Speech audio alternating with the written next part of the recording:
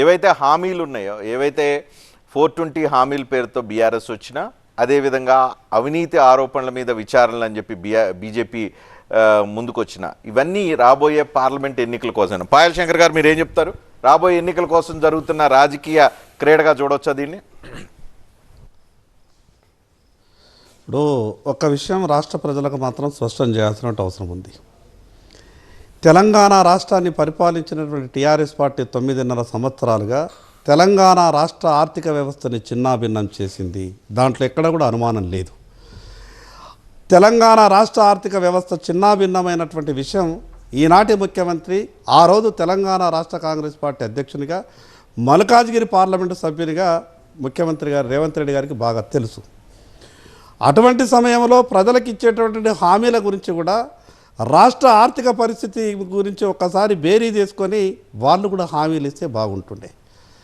ఒక్క విషయం, టీఆర్ఎస్ పార్టీకి కాంగ్రెస్ పార్టీకి ఎందుకు అనుబంధం ఉన్నది, వాళ్ళ మధ్యన ఒక సఖ్యత ఉన్నది అని చెప్పడానికి ఒక 2 ఉదాహరణలు మీకు చెప్తా.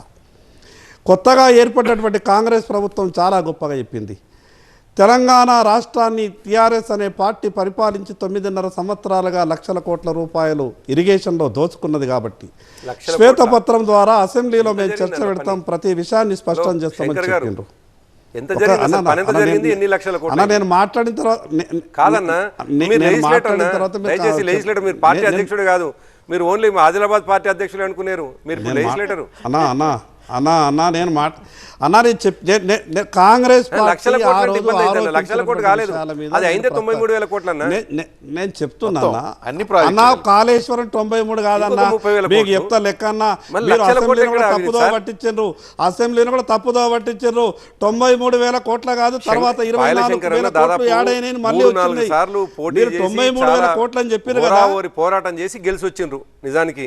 కానీ ఆయన చాలా విషయాలు తెలుసుకున్నటువంటి వ్యక్తి, పార్టీ అధ్యక్షుడు. నేను మాట్లాడిన తర్వాత మీరు చెప్పండి. తీసుకొచ్చింది ఎన్నికల కోసమేనా? అయితే ఇప్పుడు కాంగ్రెస్ బీఆర్ఎస్ ఒకటే అని, ఎందుకంటే మొన్న జరిగిన అసెంబ్లీ ఎన్నికల్లో బీజేపీ బీఆర్ఎస్ ఒకటే అనేది successful. Congress party TRS BRS అనే ఎజెండా పట్టుకొచ్చారా? కాంగ్రెస్ టీఆర్ఎస్ పార్టీ ఒక్కటి అని చెప్పడానికి మొన్న జరిగినటువంటి రాష్ట్ర అసెంబ్లీ సమావేశాలలో జరిగినటువంటి ఉదాహరణలు చెప్తా. గొప్పగా కొత్తగా ప్రభుత్వం వచ్చినటువంటి కాంగ్రెస్ ప్రభుత్వం గొప్పగా చెప్పింది. గతంలో జరిగినటువంటి అవినీతి మీద మేము మొత్తం శాసనసభలో చర్చ పెడతామని చెప్పిండ్రు. మేము కూడా చాలా ఆశపడ్డాం, వాస్తవంగా ఆ రకమైన చర్చ జరుగుతుందని. ఈరోజు ఆర్థిక పరిస్థితి మీద చర్చ పెట్టిండ్రు, తర్వాత విద్యుత్ వ్యవస్థల నష్టం మీద చర్చ పెట్టిండ్రు, తర్వాత చెప్పిండ్రు ఇరిగేషన్ మీద కూడా చర్చ పెడతామని చెప్పిండ్రు. ఎందుకు 3వ రోజు ఈ రాష్ట్ర ప్రభుత్వం ఇరిగేషన్ మీద చర్చ పెట్టలేదు? ఆ రోజే తెలంగాణ రాష్ట్ర ప్రజలందరికీ కూడా కాంగ్రెస్ ప్రభుత్వ వ్యవహారం మీద అనుమానాలు మొదలయ్యినాయి. ఆ రోజు మల్కాజ్గిరి పార్లమెంటు సభ్యునిగా, కాంగ్రెస్ పార్టీ అధ్యక్షునిగా రేవంత్ రెడ్డి గారు అనేక సందర్భాల్లో మాట్లాడిండ్రు.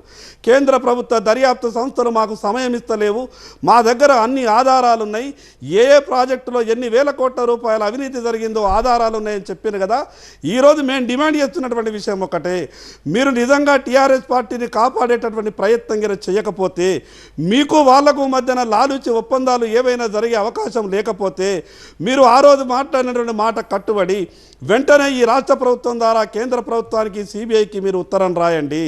మీరు చేయాల్సిన పనులు ఈ రాష్ట్రంలో చాలా ఉన్నాయి.